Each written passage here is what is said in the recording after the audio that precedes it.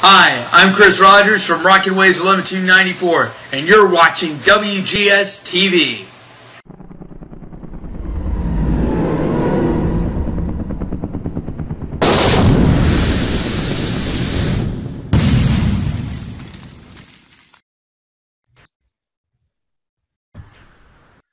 Hello everyone, welcome to another installment of WGS TV right here on YouTube.com/WrestleGamer and ZFX TV. I'm the WrestleGamer, Double B Only Boudreaux. I want to explain something really quick before we get to this week's Raw review, guys.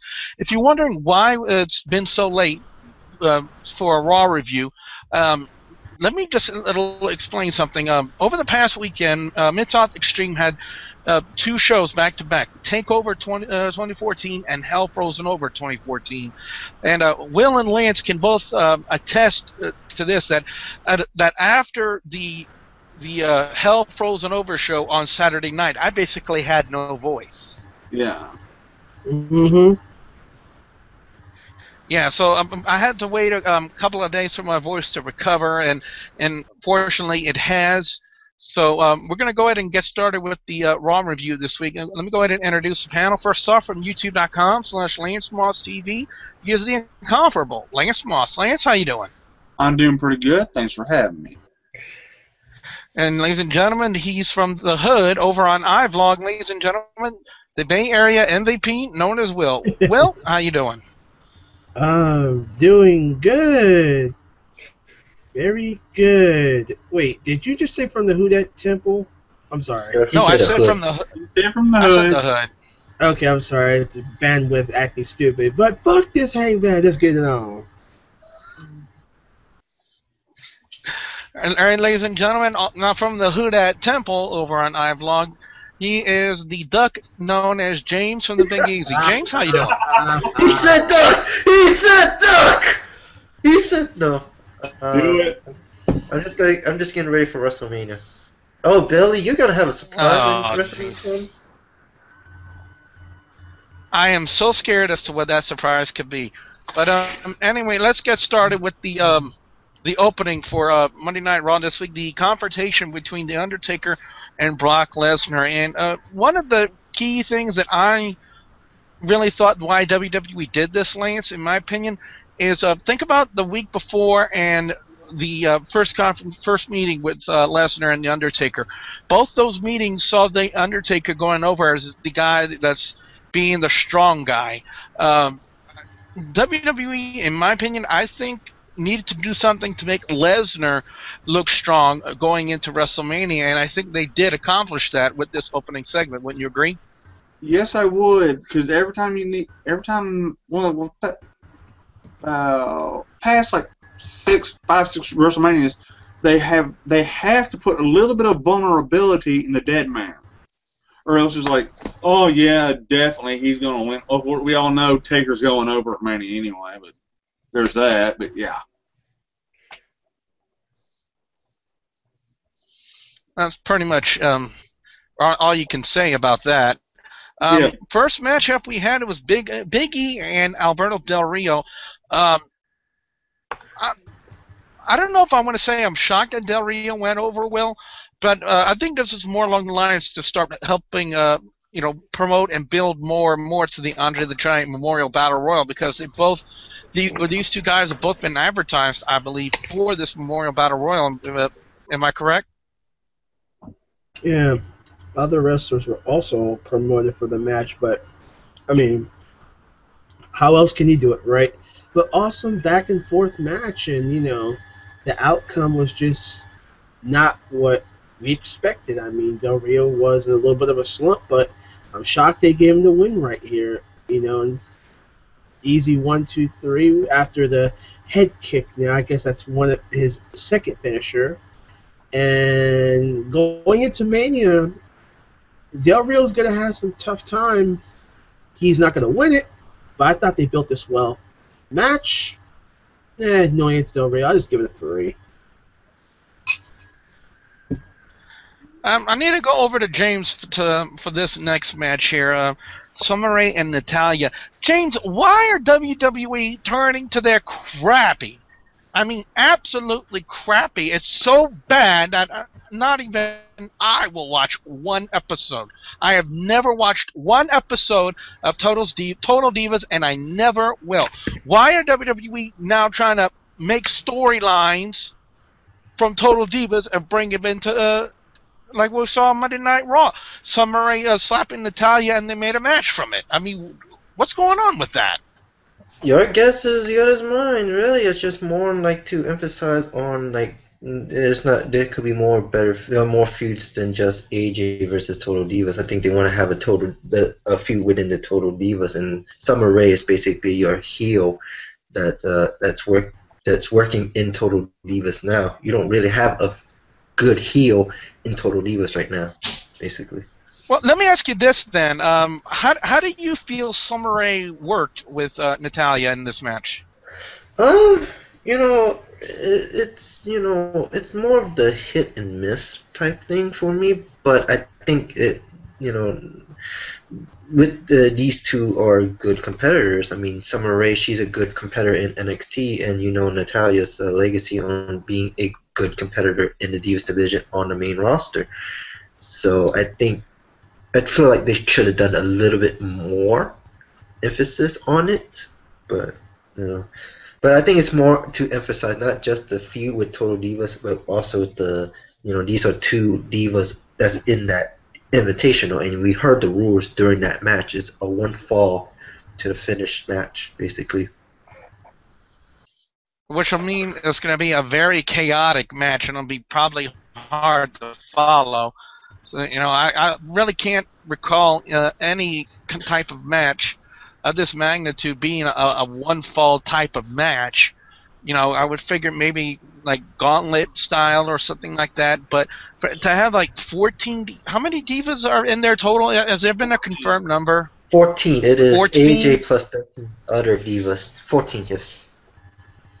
Yeah, it's going to be a very chaotic situation to say the least, because, like I said, I've been watching wrestling since the 80s, and I can't recall any type of match where they've had 14 competitors inside the squared circle to a one-fall match. I mean, that's really going to be a hard thing to work, in my opinion. But let's go on from there to the Authority bidding farewell to the Yes Movement. I got to say, I love the way Triple H was playing the crowd. I love how they did that. Even Stephanie McMahon got the crowd going with the yeses and the yeses like that. I've said it time and time out, I'm a fan of Daniel Bryan. I am not a fan of the Yes Movement. I firmly believe, Lance, that I can be a fan of Daniel Bryan's without being a member of the Yes Movement. Would you agree with that? Well, it's possible. It's because you like his work, but not necessarily what his fans do, basically. So I believe you say it's possible. I think another reason why they did that, is again put more heat on Triple H as being the bad guy in the whole situation now with Triple H and his matchup against Daniel Bryan coming up at WrestleMania. But also that they also used this promo, this segment, to make a stipulation for the Randy Orton Batista match to be a no disqualification. Question: was Batista wearing any skinny jeans during that segment? Didn't look like it to me. It was a regular jean, I think. Yeah. Yeah, I think after when he had that rip-proof jeans. Rip-proof jeans. Yes, thank you. Rip-proof jeans. I think Batista really learned his lesson on that one. Now this next match, I think kind of highlights the Fatal 4-Way match they're going to have on the preview show, the kickoff show for the tag team titles, which again is something I firmly disagree with. I mean, yes, the matchup was kind of a part of WrestleMania, but it's not going to be on the main card where it's actually officially a part of the pay-per-view. It's the Usos and Los Matadores taking on Ryback and the Real Americans. In my opinion, I still think the matchup should be on the main card.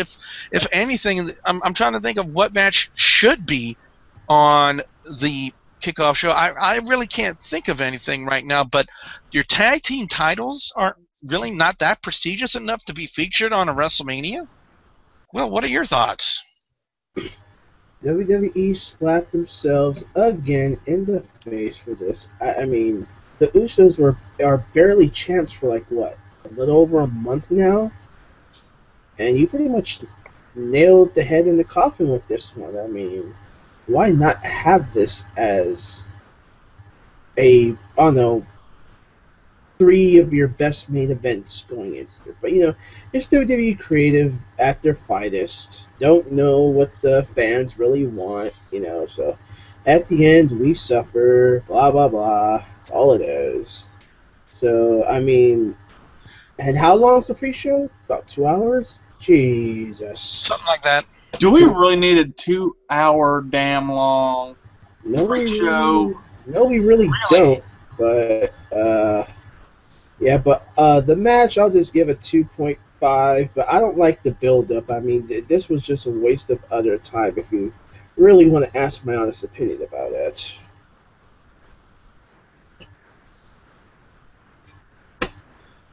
Well, over the past couple of weeks, we've seen Fandango having his issues with the Rhodes brothers, Goldust and Cody Rhodes. So they end up doing a tag match, Fandango and Damien Sandow. If I recall correctly, when they first tagged up, Fandango did nothing but dance, and it kind of pissed off Damien Sandow, if memory serves me correctly. So, why not pair them again? WWE creative, duh. Against Goldust and Cody Rhodes, and once again we see Goldust and Cody Rhodes getting over. This time Goldust hitting the final cut on Damien Sandow to pick up the victory. James, my question to you is, where are they going with this Goldust Cody Rhodes Fandango thing? I think I don't know. I think that this might do some after Mania. I think this might be a post WrestleMania feud, basically. But right now, I don't know really where they're going with it.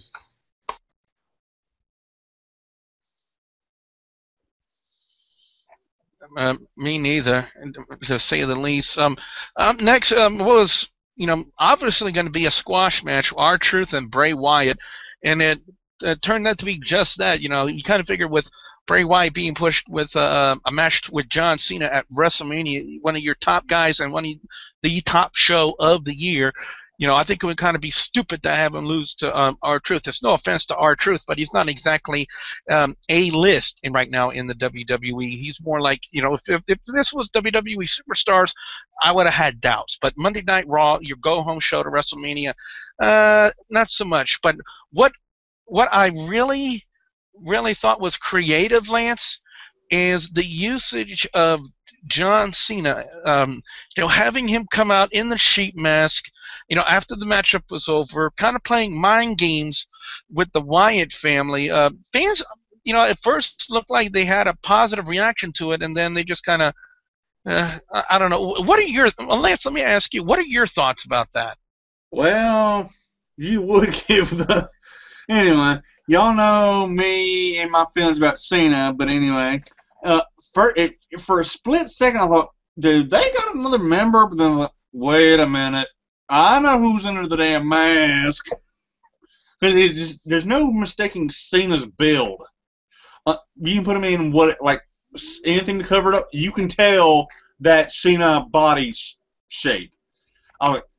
Yeah.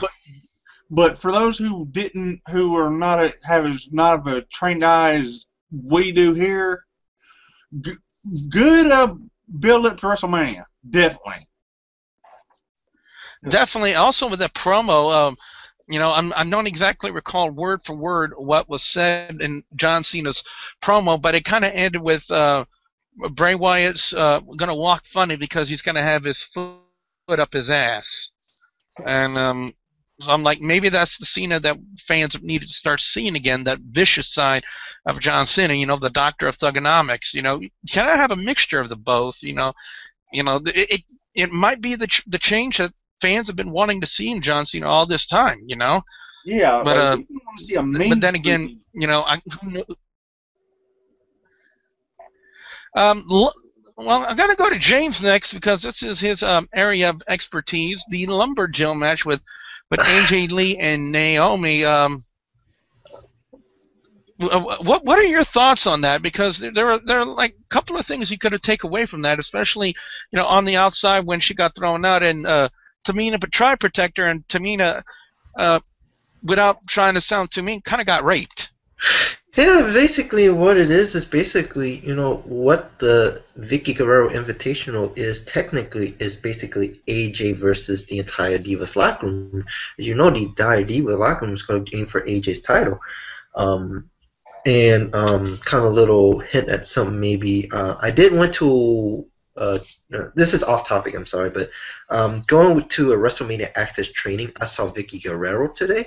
And, they were talking about the Divas Championship match. She hinted at a possibility that she might be interfering or even maybe getting involved in the title match, basically. Ooh. But going towards, like, this match that happened, it's just basically we obviously knew that, AJ was going to lose to Naomi. I mean, she's been always losing non-title matches to anybody and everybody. It would also appear to me that Naomi wasn't sporting the eye patch anymore.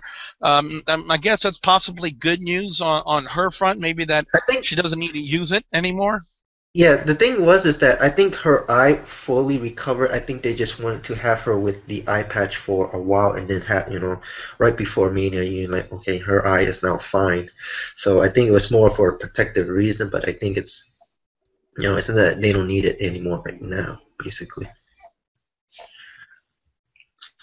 Well, fans throughout the night on Monday Night Raw had the opportunity to vote for which member of the Shield would take on Kane in a one-on-one match, and 80% of the vote went for Roman Reigns. I want to ask you guys this. I want to go to Will with this. Will, the WWE app vote for Roman Reigns to face Kane, do you believe that was a legitimate vote, or that was something set up by the WWE? All I can say is, let's be honest. Everybody, let's be honest. This was a setup.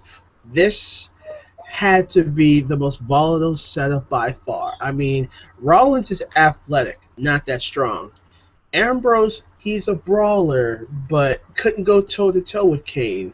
So, for Reigns, that's the more powerhouse of the Shield. It would make sense. Staged it? I'm not sure. But if I was part of the universe, I'd vote Reigns too. So, it's a clip flip, basically a coin flip if you look at it. Well, let me ask you this though: do you think they, for the short period of time that they've had to set up the six-man tag between the Shield and Kane and the Outlaws, do you think they did enough of a build to have this match mean something? Does the phrase reality era versus attitude era, come to mind? Because this is all what it is. I mean, I try to understand Triple H's perspective of bringing his friends and whatnot versus the young and upcoming stars, but this is just, I can't believe I'm going to say this on air, but this is a fucking utter much of a joke. I mean, the Shield is going to be the future within 5-6 years of the company. Kane and the Outlaws will be long gone from then, so I don't see it solidifying really anything. Sorry, it just don't. Well, with this being the go-home show to WrestleMania 30, why not have a Piper's Pit WrestleMania special? And that's what they did, but this Piper's Pit kind of devolved into a big, massive preview for the Andre the Giant Memorial Battle Royal. They had all kinds of guys coming out, and of course, once again, the Big Show comes out and just kind of dominates and throwing everybody. Even Roddy Piper said that this was his pick to win the Memorial Battle Royal. Lance, my question to you, will you be shocked to see Big Show actually win the Memorial Battle Royal? In a way, yes, and in a way, no, and I'll tell you why. I would be shocked because historically in battle royals, Giants don't do that well. Everybody always seems to pull the old Andre the Giant strategy, which is gang up on them and throw them out. It's what 9 times out of 10 is what happens. Why I would not be shocked is the way they're pushing him. Like they're pushing it all the way out there. They could do that, or he's either going all the way, or he's out early. Yep, and guys and gals, don't forget we're going to try to get a WrestleMania preview and predictions video done. I want to say as soon as tomorrow during the day, before I actually head out, because I actually leave on Friday to head to New Orleans to attend all the conventions and shows and whatnot before heading to officially my very first WrestleMania. So it's definitely going to be a unique experience. James, keep that fucking duck away from me. What duck? Huh? Quack. Huh? But What duck? let's look at the finale of Monday Night Raw. Batista and Randy Orton in a no disqualification match. I got to say, from the having the Authority out there, I kind of thought that something else was going to be happening, and it really did lead to that. The appearance of Daniel Bryan on the Go Home show. You had to have that. You had to have some sort of a final build. I firmly believe that Daniel Bryan already has a huge enough push in the WWE, in my personal opinion. But he did work a good beating on Triple H. And basically, Daniel Bryan heavily pushed on the Go Home show. I really don't know what else to say about that, other than it was a unique way to end Monday Night Raw. James, what were your thoughts on the appearance of Daniel Bryan and what they did at the end of Monday Night Raw? I felt like that you needed Daniel Bryan to be there for at least once. So, him beating up Triple H for revenge, basically for I hate to interrupt you, James, but fuck you and the duck. You just noticed that? Noticed I've been on the entire review, dude. Yeah, I've been trying to keep my train of thought for the review. I've been trying to keep my concentration, my focus, my train of thought on the review. I didn't even look at his picture. And it just went off the rails. Went off the rail.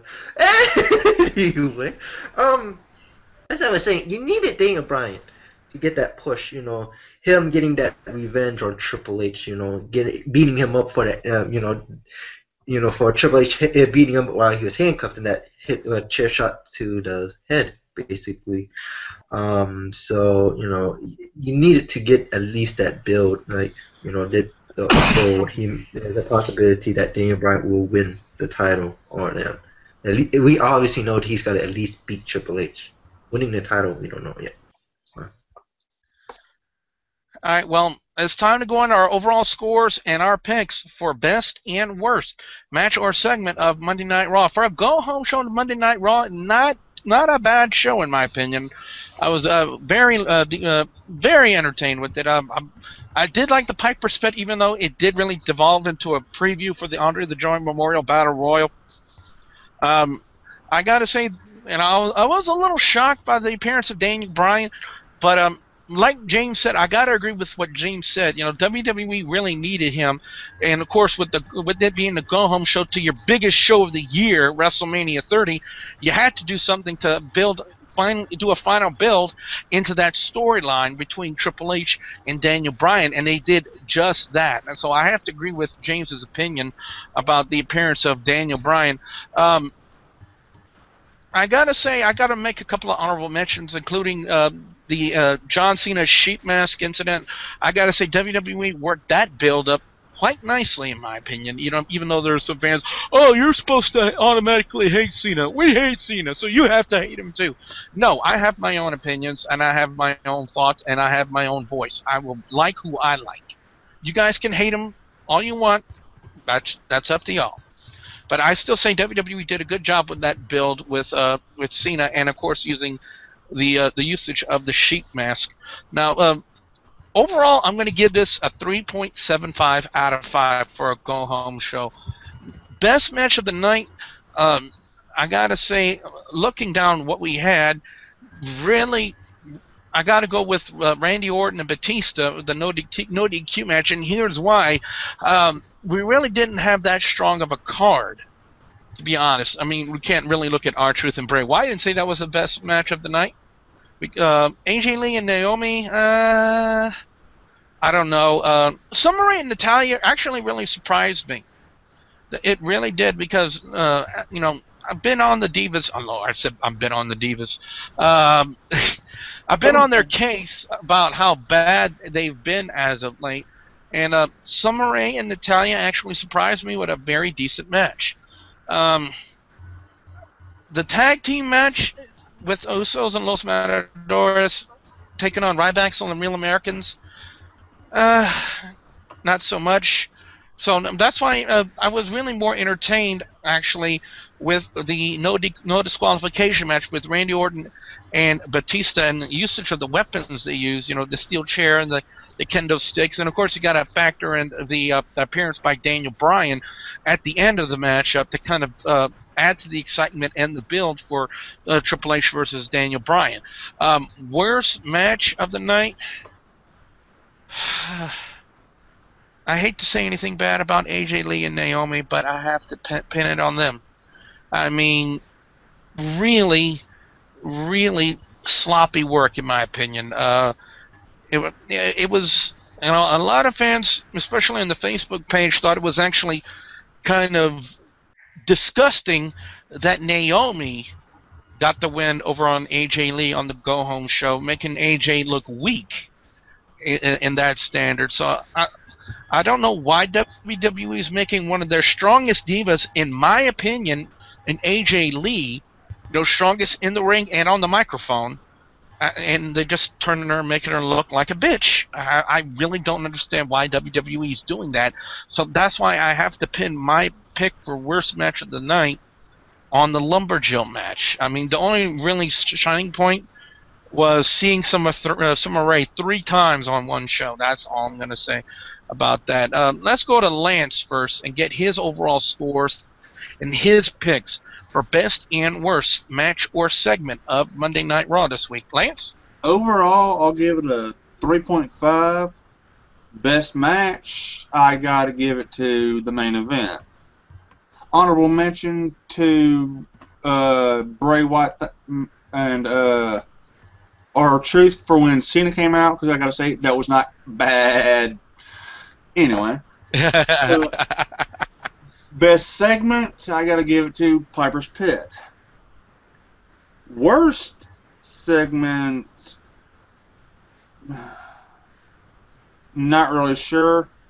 Probably the whole Death of the Yes movement, because it seemed a little drawn out to me. But worst match, I gotta beg to differ with you on one thing about the whole Natalya versus Summer Rae match. To me, that seemed a little rushed.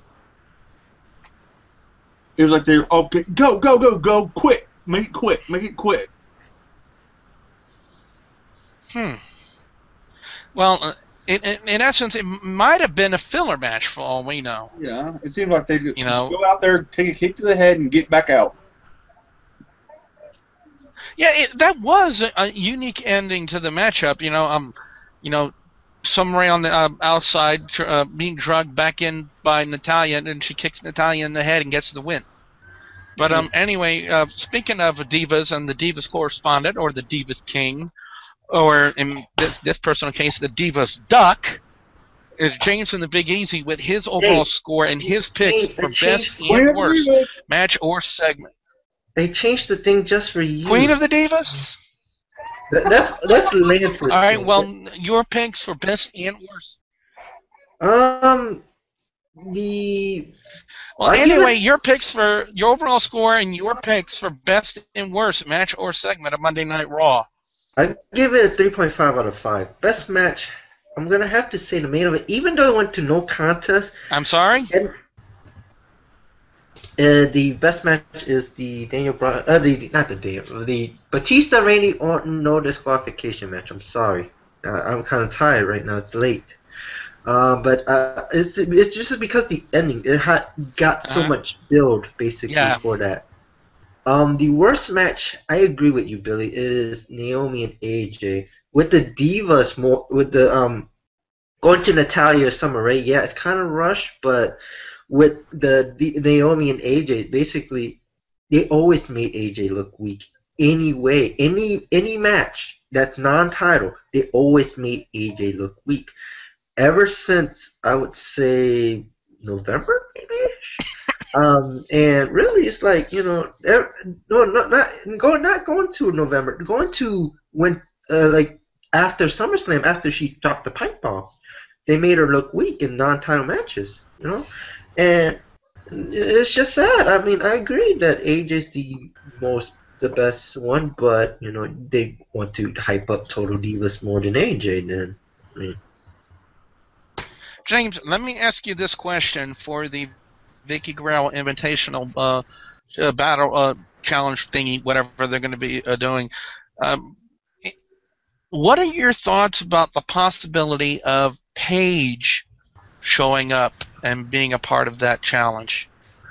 I don't see it because I think if AJ wins the title, she can walk out on Raw, say, "Oh, there is no, I beat all the divas. I proved it at WrestleMania. I beat all the divas.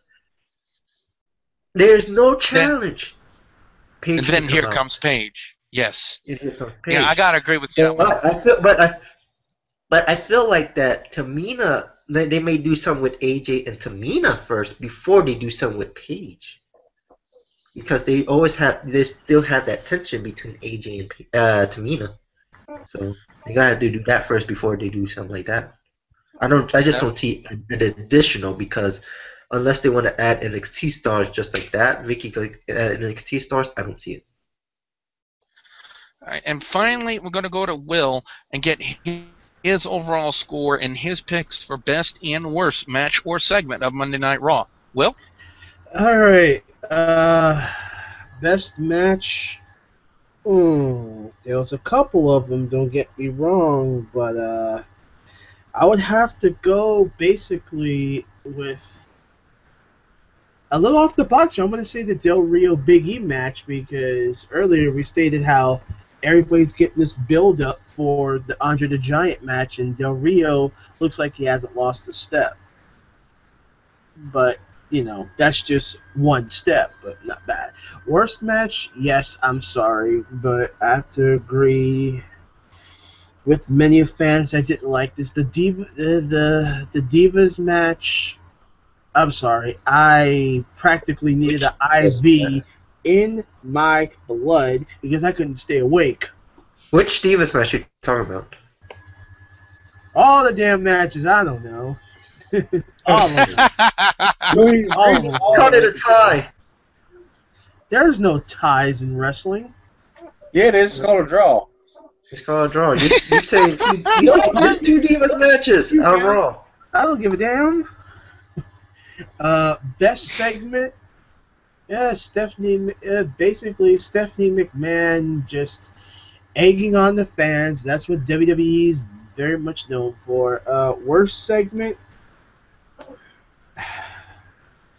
The Miz interrupting Piper. I mean, The Miz is lost right now. The Miz doesn't know if he wants to be a face or a heel.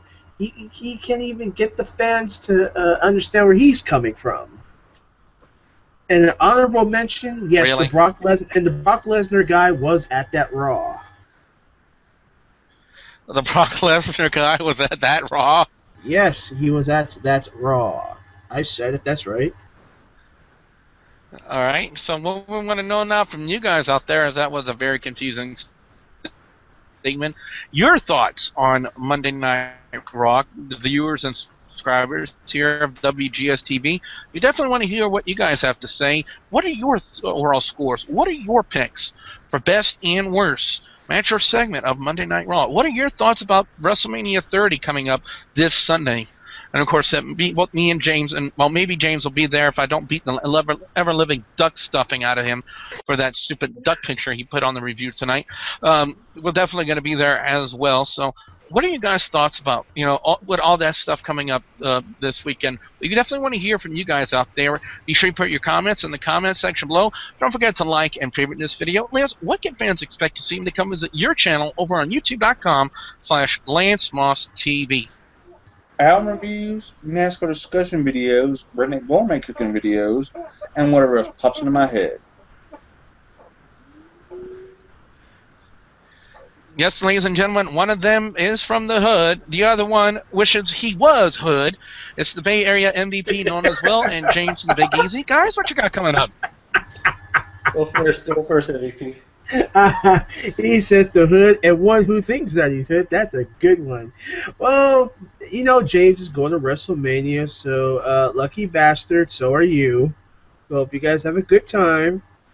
While I'll be watching on the stream.